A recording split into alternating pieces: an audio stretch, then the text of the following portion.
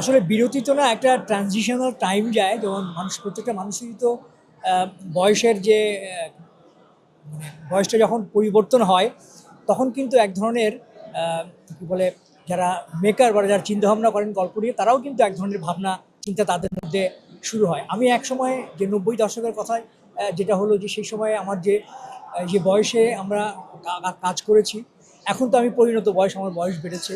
এখন আমার বয়সের যে মানে বয়সের প্রয়োজনে যে চরিত্রের জন্য আমি কাজ করছি, তো সেই কারণে মাঝখানে একটা ট্রানজিশনাল টাইম হয়তো গিয়েছে। আর সব কিছু মিলে মাঝখানে তো কোভিড ছিল, কোভিডের কারণে অনেক কাজও হয়নি আমাদের। সব কিছু মিলিয়ে আর কি আলহামদুলিল্লাহ এখন আবার কাজ শুরু করেছি।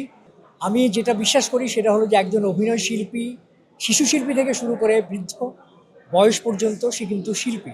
তো সেখানে শিল্পীর কখনো বয়স নেই। সে যে বয়সে আছে সেই বয়সের মানানসই চরিত্র যখন সে করার সুযোগ পাবে সেই চরিত্রটি করবে।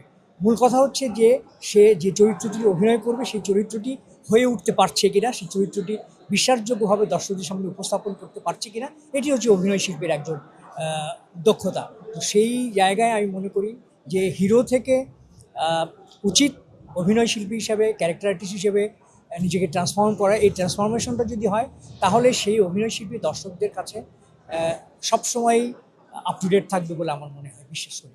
না, প্রেম তো আসলে প্রত্যেকটা মানুষের জীবনেই প্রেম আছে, পরিবারের মধ্যে প্রেম আছে, ব্যক্তির সাথে ব্যক্তির প্রেম আছে। তো প্রেম ছাড়া তো আসলে কিছু কল্পনাই করা যায় না। প্রেম কিন্তু মানুষকে এগিয়ে নিয়ে যায়। তো আমরা আমাদের সময় যখন আমরা কাজ করি তখনও প্রেমের গল্প ছিল, এবং পরিবারের মধ্যে পরিবারকে নিয়ে আমরা গল্প অভিনয় করেছি। মাঝখানে ইয়াং জেনারেশন যারা অভিনয় করছে বা যারা নির্মাণ করছে, তারা হয়তো গল্পের প্রয়োজনে এবং সব কিছু মিলিয়ে নির্মাণের যে ব্যয়, সেই ব্যয়ের কথা চিন্তাভাবনা করেও কিন্তু অনেক সময় সংকুচিত হয়েছে। তো যাই হোক, আসার কথা সেটা হলো যে এখন অনেক নির্মাতারাই পরিবারকে নিয়ে ভাবছে, পরিবারের গল্প নিয়ে আবার তারা নতুন করে বাবা মা ভাই বোন এবং পরিবারের যে সদস্য যারা আছেন তাদেরকে নিয়ে গল্প চিন্তাভাবনা করছে। এটা আমার কাছে মনে হয় একটা পজিটিভ সাইন। জিনাতের সাথে আমার প্রেম সম্পর্ক অত্যন্ত গভীর, কারণ তাকে আমি অন্তর থেকে ভালোবাসি এবং সে মানে আমার জীবনেরই একটি অংশ।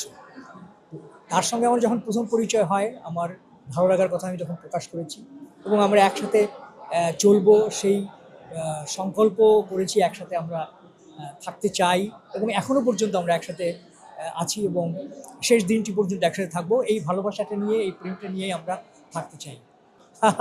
আমার অভিনয় শিল্পী হিসেবে আমার যারা কোয়ার্টিস্ট ছিল প্রত্যেকের সাথে আমি অভিনয় করে স্বাচ্ছন্দ্য বোধ করেছি। এক একজনের ট্যালেন্ট এক এক রকম, আর প্রত্যেকের সাথে যখন কাজ করতে গিয়েছি ভিন্ন ভিন্ন অভিজ্ঞতা আমার হয়েছে। আমি সমীর সাথে যখন কাজ করেছি তার সাথে আমার ইন্টারাকশনটা একরকম হয়েছে, আমরা গল্প নিয়ে আলাপ আলোচনা করেছি এবং সেটা কীভাবে সুন্দর করা যায় সেটা আমরা করেছি। বিপাশার সাথেও তাই।